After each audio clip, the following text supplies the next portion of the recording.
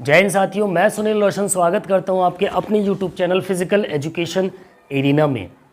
हमारी important series चल रही है बीपीएससी सैम्पल पेपर की 10 डेज चैलेंज की, जिसमें फर्स्ट और सेकंड डे हमने कंप्लीट कर लिया है।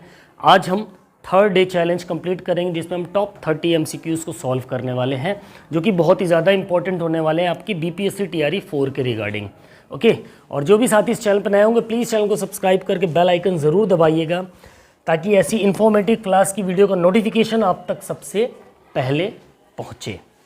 ओके, चलिए देर नहीं करेंगे, फालतू डिस्कशन नहीं, सीधे क्वेश्चन सॉल्व करेंगे। पहला क्वेश्चन आपके सामने साथियों, पहला सवाल आपसे क्या कह रहा है? Which system controls voluntary movements in the human body? Okay, which system controls voluntary movements in the human body? मानव शरीर में स्वैच्छिक आंदोलनों को कौन सा तंत्र नियंत्रित करता है?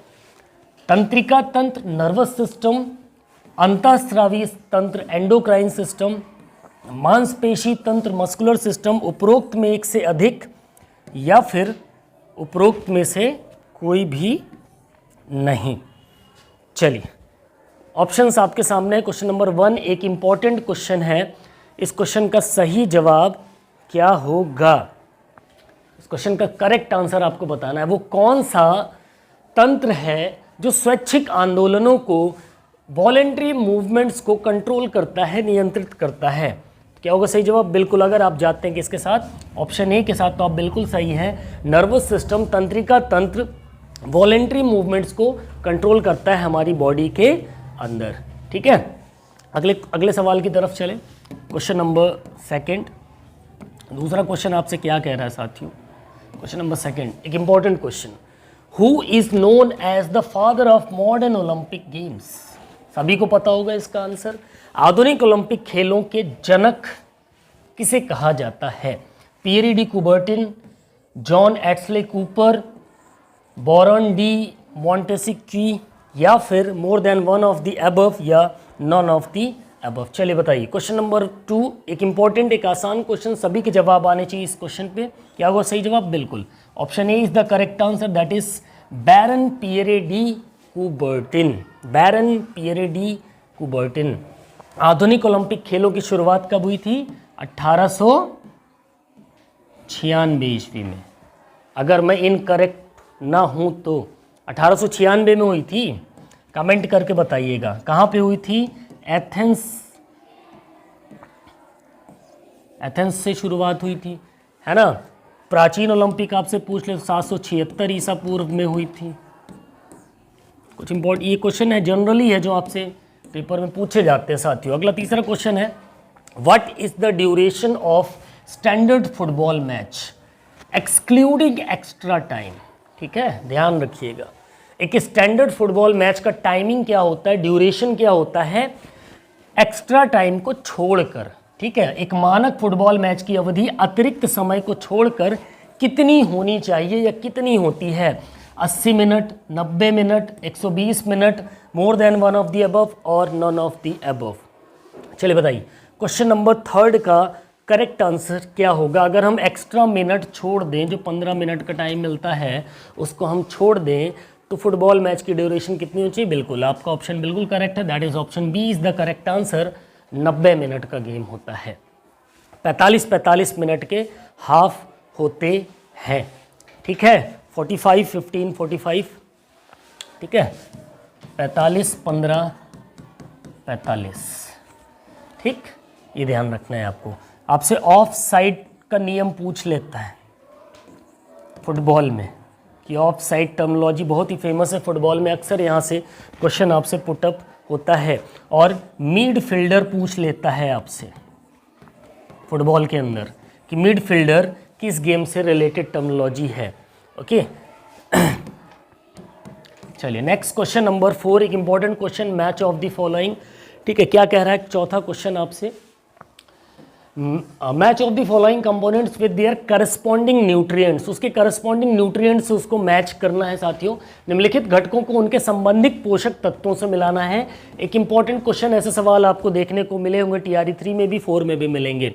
बोन्स, ब्लड, मसल्स, यानी कि हड्डियां, रक्त, ठीक है, हड्डी, रक्त और मांसपेशियां। अब बताइए इसके न्यूट्रिएंट्स कौन कौन से होते हैं। ऑप्शंस आपके सामने यहाँ पर दे रखे हैं, इसके रिगार्डिंग आपको आंसर्स बताने हैं, फटाफट से बताएंगे, सभी के आंसर आने चाहिए। अब हड्डियों का मेन न्यूट्रिएंट क्या है भाई, बोन्स का क्या पाया जाता है हड्डियों में, हड्डियाँ किससे मजबूत होती हैं, कैल्शियम से। ब्लड में क्या पाया जाता है, आयरन पाया जाता है। मसल्स में क्या होता है, प्रोटीन होता है। ठीक है, तो सबके सामने सेम सेम है, फर्स्ट का है, सेकंड का भी, थर्ड का C, option A is the correct answer आपका। ओके, इस चीज़ को ध्यान रखना, इस तरीके से आपसे क्वेश्चन पूछे जा सकते हैं, थोड़े और टफ भी हो सकते हैं। ठीक, मतलब बेसिक आपको ये समझना है कि जो कंपोनेंट्स हैं हमारे, चाहे बोन्स हो गई, ब्लड होगी, मसल्स होगी, शरीर के जितने कंपोनेंट्स हैं ना, इन कंपोनेंट्स के न्यूट्रिएंट्स कौन कौन से हैं वो आपको पता होने चाहिए। इससे रिलेटेड क्वेश्चंस आपसे पुटअप किया जा सकता है। अगला सवाल है question number 5, another important question साथियों, what does RICE stand for in injury management, यानी कि चोट प्रबंधन में राइस का क्या अर्थ है, इसका फुल फॉर्म पूछा है साथियों। ठीक है, इसका फुल फॉर्म पूछा है, कभी राइस पूछ लेता है तो कभी प्राइस पूछ लेता है।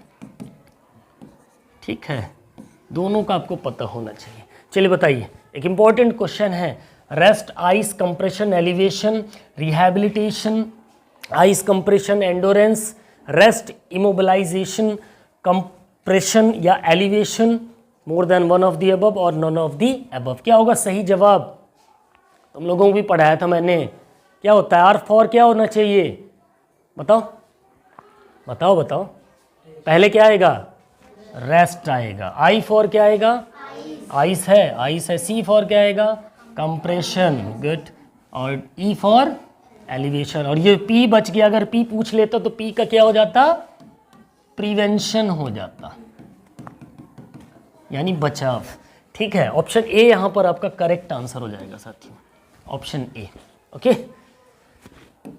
चलिए अगला सवाल, क्वेश्चन नंबर 6, छठा सवाल आपसे क्या कह रहा है, which hormone is primarily responsible for muscle growth, वह कौन सा हार्मोन है जो मांसपेशियों की वृद्धि के लिए मुख्य रूप से जिम्मेदार होता है। ठीक है, मांसपेशियों की वृद्धि के लिए मुख्य रूप से जिम्मेदार कौन सा हार्मोन है साथियों, इंसुलिन, कॉर्टिसोल, टेस्टोस्टेरोन, उपरोक्त में से एक से अधिक या फिर उपरोक्त में से कोई भी नहीं। चलिए बताइए, एक इंपॉर्टेंट क्वेश्चन है, क्वेश्चन नंबर 6, मांसपेशियों की वृद्धि के लिए कौन सा हार्मोन इंपॉर्टेंट होता है या जिम्मेदार होता है मसल्स की ग्रोथ के लिए। ऑप्शन सी के साथ अगर आप जाते तो आप बिल्कुल सही हैं, दैट इज टेस्टोस्टेरोन। ठीक है, टेस्टोस्टेरोन। ठीक है, ऑप्शन सी यहाँ पर आपका करेक्ट आंसर हो जाएगा। नाउ क्वेश्चन नंबर 7, सातवां क्वेश्चन, एक इंपॉर्टेंट क्वेश्चन क्या कह रहा है आपसे, what is the primary function of red blood cell, RBC यानी लाल रक्त कोशिकाओं का मुख्य कार्य क्या है इनमें से साथियों, ऑक्सीजन का परिवहन करना, ट्रांसपोर्टिंग ऑक्सीजन, संक्रमण से लड़ना, फाइटिंग इन्फेक्शंस, रक्त का थक्का बनाना, ब्लड क्लॉटिंग, उपरोक्त में से एक से अधिक या उपरोक्त में से कोई भी नहीं। चलिए बताइए, लाल रक्त कोशिकाओं का मुख्य कार्य क्या होगा, लाल रक्त कोशिकाओं का मुख्य कार्य क्या होगा साथियों, क्या होगा, बिल्कुल अगर आप जाते हैं ऑप्शन ए के साथ, that is transporting oxygen, oxygen का ट्रांसपोर्ट करना आरबीसी का मुख्य कार्य होता है। फाइटिंग इन्फेक्शंस, इन्फेक्शन से कौन लड़ता है, हमारे डब्ल्यूबीसी काम करते हैं। और ब्लड क्लॉटिंग में हेल्प कौन करती है, हमारी प्लेटलेट्स करती हैं। यहाँ से भी आपसे क्वेश्चन कभी कभी पुटअप किया जा सकता है, ध्यान रखिएगा। ओके,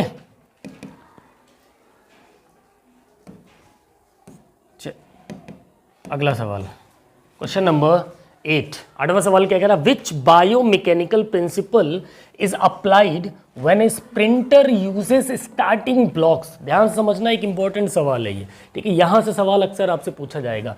एक धावक जब शुरुआती ब्लॉक्स का उपयोग करता है दौड़ने के लिए तो कौन सा जैव यांत्रिक सिद्धांत, कौन सा बायोमैकेनिकल प्रिंसिपल लागू होता है जब वो दौड़ने के लिए स्टार्टिंग ब्लॉक्स का यूज़ करता है? तो वहाँ पर कौन सा बायोमैकेनिकल प्रिंसिपल यूज़ होता है और या जैव यांत्रिकी सिद्धांत लॉ यूज़ होता है? जड़त्व का नियम, लॉ ऑफ इनर्शिया, त्वरण का नियम, law of acceleration, law of reaction, प्रतिक्रिया के नियम, ये तीनों ही न्यूटन्स लॉ है। न्यूटन्स के लॉ है ना, गति के नियम, न्यूटन्स लॉ ऑफ मोशन। अब इनमें से कौन सा न्यूटन का मोशन का लॉ यूज होगा? चलिए बताइए। क्वेश्चन नंबर 8 का करेक्ट आंसर, ब्लॉक्स पे क्या करता है एक धावक? उस पर पुश करके आगे भागता है, तो कौन सा नियम लागू होगा? जल्दी से बताएंगे। क्वेश्चन नंबर 8 का करेक्ट आंसर क्या होगा? फटाफट से। जब शुरुआती ब्लॉक्स का प्रयोग करता है तो कौन सा जैव यांत्रिकी सिद्धांत लागू होता है? बताओ, तीनों में से तीनों ही लागू होंगे भाई साहब। उपरोक्त में से एक से अधिक इसका करेक्ट आंसर हो जाएगा। 8वें का डी यहां पर आपका करेक्ट आंसर हो जाएगा। ठीक है, 8वें का डी आपका करेक्ट आंसर, सॉरी डी आपका करेक्ट आंसर हो जाएगा। भाई लॉ ऑफ रिएक्शन तो होगा ही, जब ब्लॉक्स पे वो पुश करेगा तो उसको लॉ ऑफ रिएक्शन पीछे से फोर्स मिलेगा, एक्सेलरेशन होगा ही वहाँ पर, त्वरण का नियम भी होगा, लॉ ऑफ इनर्शिया होल्ड करके रखना पड़ता है वहाँ पर। ठीक है, चलो नेक्स्ट क्वेश्चन नंबर 9, एक important question. Match the following energy systems with their characteristics. ठीक है, निम्नलिखित ऊर्जा प्रणालियों को उनकी विशेषता के अनुसार मिलाना है हमको। एक इंपॉर्टेंट क्वेश्चन है। ठीक है, एनर्जी सिस्टम्स यहाँ पर दे रखा है कौन कौन सा? एटीपी, ग्लाइकोलाइटिक और एरोबिक, ये तीनों एनर्जी सिस्टम्स हैं हमारी बॉडी से रिलेटेड। ठीक है, short duration high intensity activities produces lactic acid, requires oxygen energy production. ठीक है, इसको हमें मैच करना है। सो क्वेश्चन नंबर 9 क्या होगा करेक्ट मैच साथियों? फटाफट से बताएंगे। क्वेश्चन नंबर 9, तो एटीपी सिस्टम कब यूज होता है? जब आपको शॉर्ट ड्यूरेशन हाई इंटेंसिटी की एक्टिविटीज करनी होती है, यानी इसके सामने वाला ही सही होगा। ठीक है, ग्लाइकोलाइटिक क्या होता है? जब आपकी बॉडी में लैक्टिक एसिड को प्रोड्यूस करने में ग्लाइकोलाइटिक करता है। Aerobic requires oxygen for energy production. Aerobic activities में ऊर्जा को प्रोडक्शन के लिए, एनर्जी को बनाने के लिए उसको क्या जरूरत पड़ती है? ऑक्सीजन की जरूरत पड़ती है। तो ऑप्शन ए यहां पर आपका करेक्ट आंसर हो जाएगा साथियों। ओके,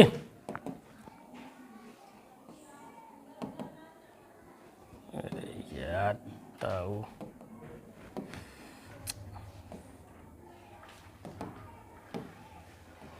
चलिए नेक्स्ट क्वेश्चन नंबर 10, 10वां सवाल क्या कह रहा है कि इंपॉर्टेंट क्वेश्चन, असर्शन और रीजन बेस्ड क्वेश्चन है। Flexibility exercises can reduce joint stiffness. Reason दे रखा है उसका, flexibility training increases the range of motion around joints. यानी कि कथन क्या है? लचीलापन अभ्यास जोड़ों की जकड़न को कम कर सकते हैं। क्यों? क्योंकि लचीलापन प्रशिक्षण जोड़ों के चारों ओर गति की सीमा को बढ़ाता है। अब बताओ ये कथन सही है और उसका कारण सही है या फिर गलत है? भाई लचीलापन अभ्यास जोड़ों की जकड़न को कम कर सकता है। बिल्कुल, आपके जॉइंट में जकड़न है तो क्या करते हैं? स्ट्रेचिंग करते हैं हम खेलने से पहले, एक्सरसाइज करने से पहले। क्यों? ताकि जोड़ों की जो अकड़न हो क्या हो जाए? नॉर्मल हो जाए, साइनेवल फ्लूइड अच्छे से घूम घाम जाए उसके अंदर, है ना। तो सीधी सी बात है, लचीलापन प्रशिक्षण जोड़ों के चारों ओर गति की सीमा को बढ़ाता है। बिल्कुल, जब आप फ्लेक्सिबल ट्रेनिंग करते हो तो आपके जॉइंट्स के सराउंडिंग जो उसकी रेंज ऑफ मोशन उसको क्या करता है? इंक्रीज करने का काम करता है। यानी ए भी सही है और उसका आर भी सही, कथन भी सही है और उसका कारण भी सही है। यानी दोनों सही है, आर ए की सही व्याख्या भी है। Option A is the correct answer. Okay, now next question, question number 11, 11वां सवाल क्या कह रहा है आपसे? What is the official weight of cricket ball in grams? Cricket की जो गेंद होती है उसका ऑफिशियल वजन कितना होता है, ग्राम में पूछा है। आपसे ऑन्स में भी पूछ सकता है, ग्राम में भी पूछ सकता है। तो क्रिकेट का आधिकारिक वजन कितने ग्राम का होता है, क्रिकेट गेंद का? 142 से 149 ग्राम, 150 से 155 ग्राम, 159 से 163 ग्राम, उपरोक्त में से एक से अधिक या उपरोक्त में से कोई भी नहीं। चलिए बताइए, एक इंपॉर्टेंट क्वेश्चन है। क्वेश्चन नंबर 11 का करेक्ट आंसर क्या होगा साथियों? क्वेश्चन नंबर 11 का करेक्ट आंसर क्या होगा? बिल्कुल, अगर आप जाते हैं ऑप्शन सी के साथ तो आप बिल्कुल सही हैं, 159 से 163 ग्राम। वैसे 159.4 ऐसे समथिंग होता है, 163, ठीक है, बट राउंड फिगर में हम 159 से 163 के साथ जा सकते हैं यहाँ पे, ओके। और हॉकी की गेंद का वजन भी लगभग इतना ही होता है। नाउ नेक्स्ट क्वेश्चन, क्या कह रहा है अगला सवाल? Question number 12, which type of muscle fibre are predominantly used in marathon running? एक इंपॉर्टेंट क्वेश्चन है साथियों। मैराथन दौड़ में मुख्य रूप से कौन से प्रकार की मांसपेशी फाइबर का उपयोग में आते हैं? कल भी थोड़ा बहुत डिस्कस किया। जब हम मैराथन लॉन्ग डिस्टेंस रनिंग करते हैं तो वहाँ पे हमें ज़्यादा ऑक्सीजन की ज़रूरत पड़ती है ना? तब इसमें आपको बताना है कौन से मसल फाइबर ज़्यादा यूज़ आते हैं। टाइप 1 जिसे हम स्लो ट्विच मसल फाइबर कहते हैं, टाइप 2A इंटरमीडिएट, ठीक, टाइप 2B जिसे हम फास्ट ट्विच मसल फाइबर कहते हैं, मोर than one of the above उपरोक्त में से एक से अधिक या फिर उपरोक्त में से कोई भी नहीं। चलिए बताइए, एक इंपॉर्टेंट क्वेश्चन है, इसका जवाब सभी का आना चाहिए। क्वेश्चन नंबर 12 का करेक्ट आंसर क्या होगा साथियों? तो जब भी आप मैराथन या लॉन्ग डिस्टेंस रनिंग पे जाएंगे तो मैंने क्या बताया, वहाँ पर आपको ज़्यादा ऑक्सीजन की ज़रूरत पड़ेगी, ज़्यादा देर तक आप काम कर रहे हैं, तो वहाँ पर आपके स्लो ट्विच मसल फाइबर काम करते हैं। कहाँ क्या काम करते हैं मसल्स में? Slow twitch muscle fibre. तो option A type 1 slow twitch muscle fibre काम करेंगे। वहीं अगर आप 100 मीटर स्प्रिंट आपको करना है, 100 मीटर की दौड़ लगानी है, तो वहाँ पर आपके फास्ट ट्विच मसल फाइबर काम करेंगे, ठीक है। मीडियम रेंज में होगी तो वहाँ पर भी फास्ट ट्विच मसल फाइबर काम करेंगे।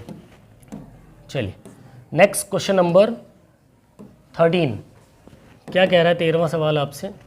Which is not a component of skill related fitness? क्या पूछा है? नॉट, ध्यान रखिएगा। निम्नलिखित में से कौन कौशल संबंधी फिटनेस का घटक नहीं है? ठीक है, चपलता, एजिलिटी, संतुलन, बैलेंस, हृदय संबंधी सहन शक्ति, कार्डियोवास्कुलर एंडोरेंस, उपरोक्त में से एक से अधिक या उपरोक्त में से कोई भी नहीं। चलिए बताइए, क्वेश्चन नंबर 13 एक इंपॉर्टेंट क्वेश्चन है साथियों, हट जाता आपको दिखेगा सही। इस 13वें क्वेश्चन का करेक्ट आंसर क्या होगा? सभी के आंसर आने चाहिए, क्या होगा? तो देखो, चपलता, एजिलिटी क्या पूछा है? Fitness related component. तो फिटनेस रिलेटेड कंपोनेंट में एजिलिटी भी आती है, बैलेंस भी आपका फिटनेस रिलेटेड कंपोनेंट्स में है, लेकिन कार्डियोवास्कुलर एंडोरेंस जो है वो आपका स्किल रिलेटेड फिटनेस कंपोनेंट में नहीं आता है। ये हेल्थ रिलेटेड कंपोनेंट्स में आता है आपका, ठीक है। चलो next question number 14, another match of the following. Match the following injuries with their appropriate treatment methods. ठीक है, निम्नलिखित में चोटों को उनके उपयुक्त उपचार विधियों से मिलाना। जो इंजरीज पढ़ाई थी ना मैंने, चोट, उनसे related, sprain, fracture, muscle cramp. Sprain को क्या बोलते हैं हम? मोच।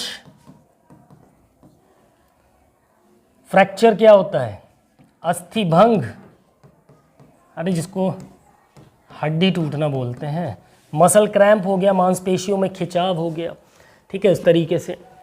तो अब इसको आपको मैच करना है, किस में आप किस प्रकार का उपचार करेंगे। चलिए बताइए, ऑप्शंस आपके सामने यहाँ पर दे रखे हैं, यहाँ पर बताना है आपको, ठीक है। स्प्रेन, अब स्प्रेन किसकी चोट होती है? मैंने आपको एक टर्म बताया था, एक होता है स्प्रेन, ठीक है, एक होता है स्प्रेन और एक होता है स्ट्रेन। टी से क्या याद रखना है? टेंडन। तो बाकी जो बच गया स्प्रेन में क्या हो जाएगा? लिगामेंट। लिगामेंट क्या काम करते हैं भैया? बोन टू बोन कनेक्टिविटी होती है इनको, एक हड्डी से दूसरी हड्डी को कनेक्ट करके उसको बैलेंस करने का काम करते हैं, उनको मूवमेंट में सहायता करते हैं। टोटल 5 प्रकार के लिगामेंट होता है हमारी बॉडी में मेनली जो काम करते हैं। तो अब यहाँ पर क्या है, स्प्रेन यानी कि लिगामेंट की इंजरी है, मोच है, मोच में हम क्या करते हैं, क्या देंगे मोच में, सबसे पहले पढ़ाया था ना राइस या प्राइस, यही वाली विधि को अपनाएंगे, ठीक है। उस व्यक्ति को रेस्ट देंगे, फिर उसमें आइस लगाकर क्रैप बैंडेज वगैरह बांध दी जाएगी ताकि उसको स्वेलिंग ना आए, ठीक है। उसका हार्ट लेवल से ऊपर कर देंगे, मोच के हिस्से को एलिवेशन दे देंगे ताकि उसमें ब्लड फ्लो कम होगा और जल्दी चोट ठीक हो जाएगी। इस तरीके से हम ट्रीटमेंट कर सकते हैं। फ्रैक्चर में हम इमोबिलाइजेशन कर सकते हैं, मसल क्रैप में हम स्ट्रेचिंग कर सकते हैं और हाइड्रेशन कर सकते हैं, पानी के लेवल को बढ़ा सकते हैं, तो जल्दी से मसल क्या होंगी, सही हो जाएंगी, ठीक है। चलिए नेक्स्ट, तो इसका ऑप्शन कौन सा सही हो जाएगा, ऑप्शन ए। अगला सवाल क्वेश्चन नंबर 15, 15वां क्वेश्चन एक इंपॉर्टेंट क्वेश्चन है। क्या कह रहा है, what is the term used of for the ability of muscle to produce force quickly. मांसपेशी की तेजी से बल उत्पन्न करने की क्षमता को क्या कहते हैं भैया। मांसपेशियां जो हमारी तेजी से बल या फोर्स को पैदा कर रही है, उत्पन्न कर रही है, तो वो क्या कहलाएगी, शक्ति या पावर कहलाएगी, स्ट्रेंथ या बल कहलाएगी, सहन शक्ति कहलाएगी, एंडोरेंस यानी कि उपरोक्त में से एक से अधिक या उपरोक्त में से कोई भी नहीं। चलिए बताइए question number 15, another important question, which one is the correct answer of question number 15। क्या होगा, जब मांसपेशी हमारी तेजी से बल उत्पन्न करती तो उस क्षमता को हम पावर कहते हैं। क्या कहते हैं, पावर कहते हैं, शक्ति कहते हैं। क्या कहते हैं, पावर कहते हैं, ध्यान रखिएगा। Next question, question number 16, another assertion based question है। Protein is the primary source of energy during physical activity and protein, इसका रीजन है प्रोटीन मेटाबॉलिज्म जनरेट्स एटीपी, ठीक है। शारीरिक गतिविधि के दौरान प्रोटीन ऊर्जा का प्राथमिक स्रोत होता है क्योंकि प्रोटीन चयापचय एटीपी उत्पन्न करता है, एडेनोसिन ट्राइफॉस्फेट को उत्पन्न करता है, मेटाबॉलिज्म एटीपी उत्पन्न करता है, ठीक है। अब आपको बताना है इसका आंसर क्या होगा क्वेश्चन नंबर 16 का। चलिए बताइए क्या होगा सही। देखो क्या कह रहा है, शारीरिक गतिविधि के दौरान प्रोटीन ऊर्जा का प्राथमिक स्रोत है। अच्छा, फिजिकल एक्टिविटी करते हैं तो प्रोटीन से हमें एनर्जी मिलती है क्या, किससे मिलती है भैया, या तो फैट या तो कार्बोहाइड्रेट, तो ये तो गलत ही हो गया। फिर क्या कह रहा है, प्रोटीन एटीपी का उत्पन्न करता है चयापचय, बिल्कुल ये सही है। प्रोटीन जो होता है वो जनरेट करता है क्या, एटीपी, ठीक है, ध्यान रखना। यानी ए गलत है, आर सही है। तो कौन सा सही है भैया, ए गलत है, आर सही है, ऑप्शन सी यहां पर आपका करेक्ट आंसर हो जाएगा। Is that clear, okay. चलिए कमेंट में बताइएगा प्रोटीन से कितनी एनर्जी मिलती है, कितनी कैलोरी, प्रोटीन से हमें कितनी कैलोरी एनर्जी मिलती है, कार्बोहाइड्रेट से कितनी मिलती है, फैट से कितनी मिलती है और विटामिन से कितनी मिलती है। विटामिन से मिलती है, बताइएगा कमेंट करके।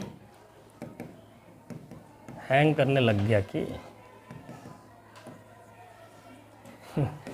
इसको क्या हो गया, मक्खी तो नहीं बैठ गई, बैठी है ना, कहाँ है,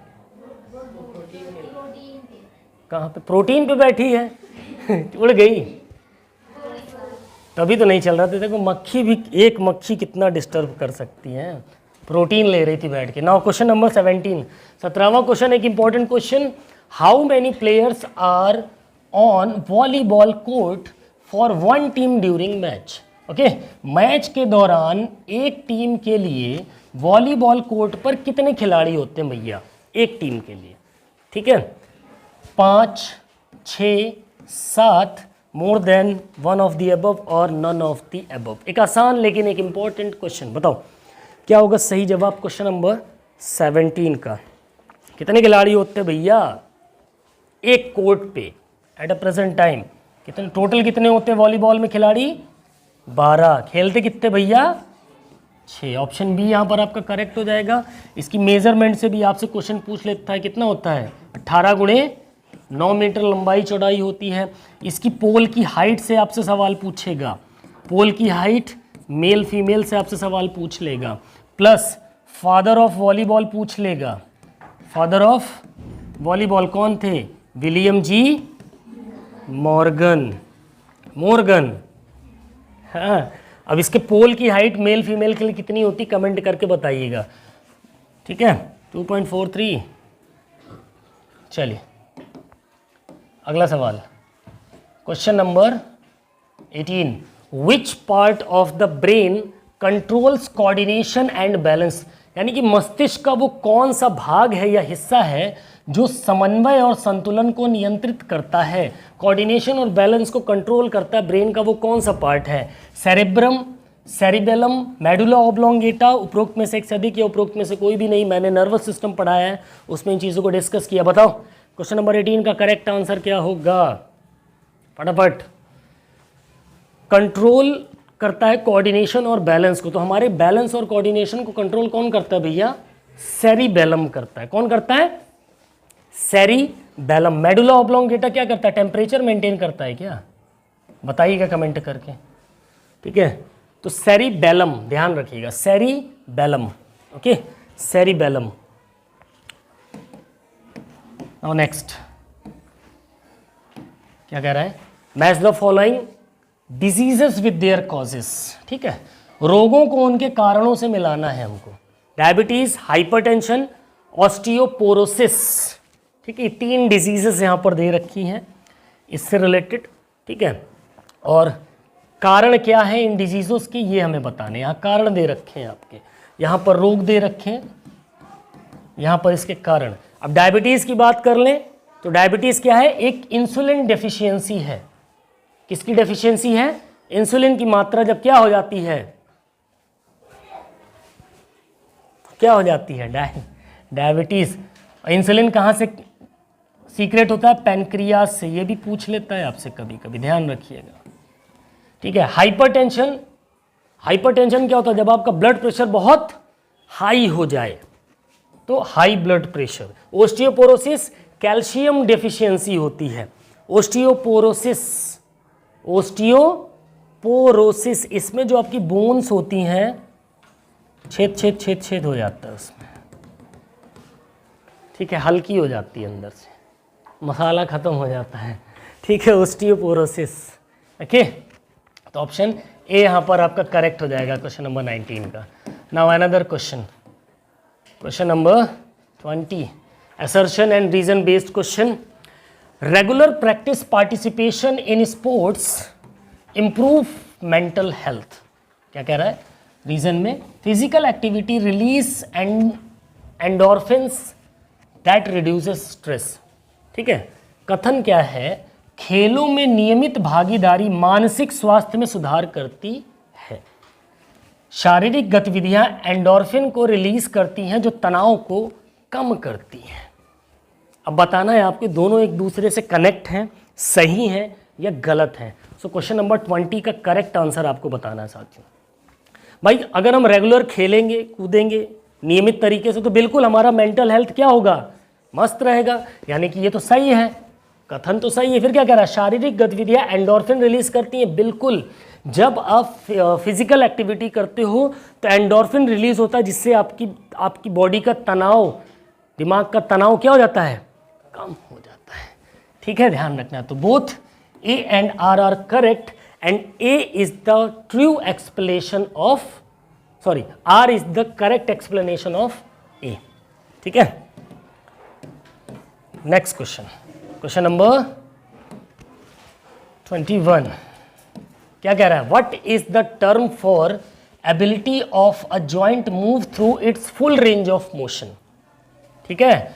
जोड़ों की उनकी पूरी सीमा तक हिलाने की क्षमता को क्या कहते हैं? जैसे मेरा हाथ है, अभी यहाँ तक जा सकता है, मैं खींच ले जाऊँ, तो इसको हम क्या कर रहे हैं? इसको फ्लेक्सिबल बना रहे हैं, ठीक है? लचीलापन, गतिशीलता, स्थिरता, बताओ क्या होगा तीनों में से?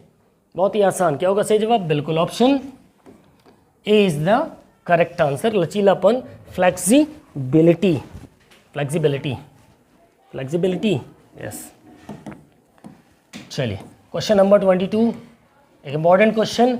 इन which year the first Asian games held? Most number of exam से पूछा हुआ सवाल है। पहले एशियाई खेल किस वर्ष आयोजित किए गए थे? 1948, 1952, 1954। उपरोक्त में से एक से अधिक या उपरोक्त में से कोई भी नहीं। चलिए बताइए क्वेश्चन नंबर 22 का करेक्ट आंसर क्या होगा प्यारे साथियों? 1948, 1952, 1954 बताओ क्या होगा? तुम लोग को भी पढ़ा रखा है मैंने। कब शुरू हुए थे पहले एशियन गेम्स? 1954। तीनों ही गलत हैं। 1951 में हुए थे। 1951 में कहाँ हुए थे बताओ? पहले एशियन गेम्स कहाँ आयोजित किए गए थे? कमेंट करके बताइएगा। कॉमनवेल्थ गेम्स भी पूछ लेगा आपसे। कब शुरू हुए थे? 1930 में। कहाँ हुए थे? Hamilton Canada, Hamilton Canada. ध्यान रखिएगा। पहले एशियन गेम्स, पहले कॉमनवेल्थ गेम्स। भारत में कॉमनवेल्थ गेम कब खेला गया था पहली बार बताइएगा कमेंट करके। ऐसे सवाल आपको देखने को मिलेंगे आपके पेपर में। चलिए अगला सवाल 23वां। What is the primary fuel source of a long distance runner during marathon? ठीक है, मैराथन के दौरान लंबी दूरी के धावक के लिए मुख्य ईंधन का स्रोत क्या होता है भैया? मेन फ्यूल का काम क्या करता है? Carbohydrate, fat, protein. उपरोक्त में से एक से अधिक या उपरोक्त में से कोई भी नहीं। चलिए 23वें क्वेश्चन का करेक्ट आंसर बताइए। एक लंबी दूरी के धावक को सबसे ज़्यादा एनर्जी या उसके फ्यूल का काम कौन कौन करता है? कार्बोहाइड्रेट करता है, बिल्कुल करता है। वसा करती है, बिल्कुल करती है। प्रोटीन करता है, बिल्कुल करता है। यानी कि मोर than one of the above, तीनों ही सही होंगे। ठीक है, next question, question number 24। Match of the following sports with their governing bodies. हमें खेल की गवर्निंग बॉडीज के साथ मैच करना है। निम्नलिखित खेलों को उनकी शासी निकायों से मिलाना है। ठीक है, क्रिकेट, फुटबॉल और बैडमिंटन। तो क्रिकेट क्या है? आईसीसी, बिल्कुल सही है। क्या होता है आईसीसी का full form? Imperial cricket council की इंटरनेशनल क्रिकेट काउंसिल। कमेंट करके बताइएगा। FIFA, federation international D football association, इसका भी फुल फॉर्म पूछ लेता है। BWF, badminton world federation. Okay, तो ऑप्शन ए यहां पर करेक्ट आंसर हो जाएगा। नाउ नेक्स्ट, जगह नहीं बची क्या यहाँ पे? चलो क्वेश्चन नंबर 25 क्या कह रहा है? What is the primary function of ligaments in their body? एक इंपॉर्टेंट क्वेश्चन। शरीर में लिगामेंट का मुख्य काम क्या होता है भैया बताओ? मांसपेशियों को हड्डी से जोड़ना, हड्डियों को हड्डी से जोड़ना, जोड़ों के बीच कुशन का काम करना। उपरोक्त में से एक से अधिक या उपरोक्त में से कोई नहीं। बताओ। Connect muscle to bones, connect bones to bones, cushion between the joints, more than one of the above और नॉन ऑफ द अबव। एक इंपॉर्टेंट क्वेश्चन, क्वेश्चन नंबर 25 का करेक्ट आंसर क्या होगा साथियों? क्या होगा करेक्ट आंसर? क्या काम करता है? अरे अभी बताया था। लिगामेंट्स क्या करते हैं? हड्डियों को हड्डियों से कनेक्ट करते हैं। Connects to bones. ठीक है, ऑप्शन बी यहां से ही जाएगा। वहीं अगर पूछ लेता मांसपेशियों को हड्डी से कनेक्ट करना है तो वो कौन करता है भैया? टेंडन्स करती है हमारी। कौन करती हैं? टेंडन्स करती हैं। कौन करती हैं? टेंडन्स। अच्छा, एक और चीज, कुशन बिटवीन जॉइंट्स, जॉइंट्स के बिटवीन कुशंस का काम कौन करता है? तो आई थिंक सो कार्टिलेजेस करती हैं। देख लीजिएगा अगर मैं करेक्ट हूं तो। चलिए next question, assertion based question है। Anaerobic exercises primarily improve cardiovascular endurance. Reason है anaerobic exercise involving high intensity short duration activities. यानी कि एनारोबिक व्यायाम मुख्य रूप से हृदय सहन शक्ति में सुधार करते हैं। ठीक है, क्योंकि एनारोबिक व्यायाम उच्च तीव्रता और अल्प अवधि की गतिविधियों को शामिल करते हैं। बताइए क्या होगा इसका करेक्ट आंसर? क्वेश्चन नंबर 26 का। एनारोबिक व्यायाम मुख्य रूप से हृदय सहन शक्ति में सुधार करते हैं। एनारोबिक व्यायाम क्या होती हैं? Short duration exercise. 100 मीटर दौड़ गए यहाँ से तो आपके हार्ट पे क्या इफेक्ट पड़ा? कुछ इफेक्ट पड़ा? लेकिन 10 किलोमीटर दौड़ा दूँ तो हृदय पे जोर पड़ेगा, तो कार्डियोवास्कुलर एंड्योरेंस बढ़ेगा, यानी कि ये पहला कथन ही क्या है, गलत है भैया। फिर क्या, एनारोबिक व्यायाम उच्च तीव्रता और अल्प अवधि की गतिविधियों को शामिल करते हैं, बिल्कुल शॉर्ट ड्यूरेशन एक्सरसाइजेस होती हैं, स्पोर्ट्स इवेंट होते हैं, तो ए गलत है और आर सही है। Option C, A is false and but R is true. Next question, question number 27।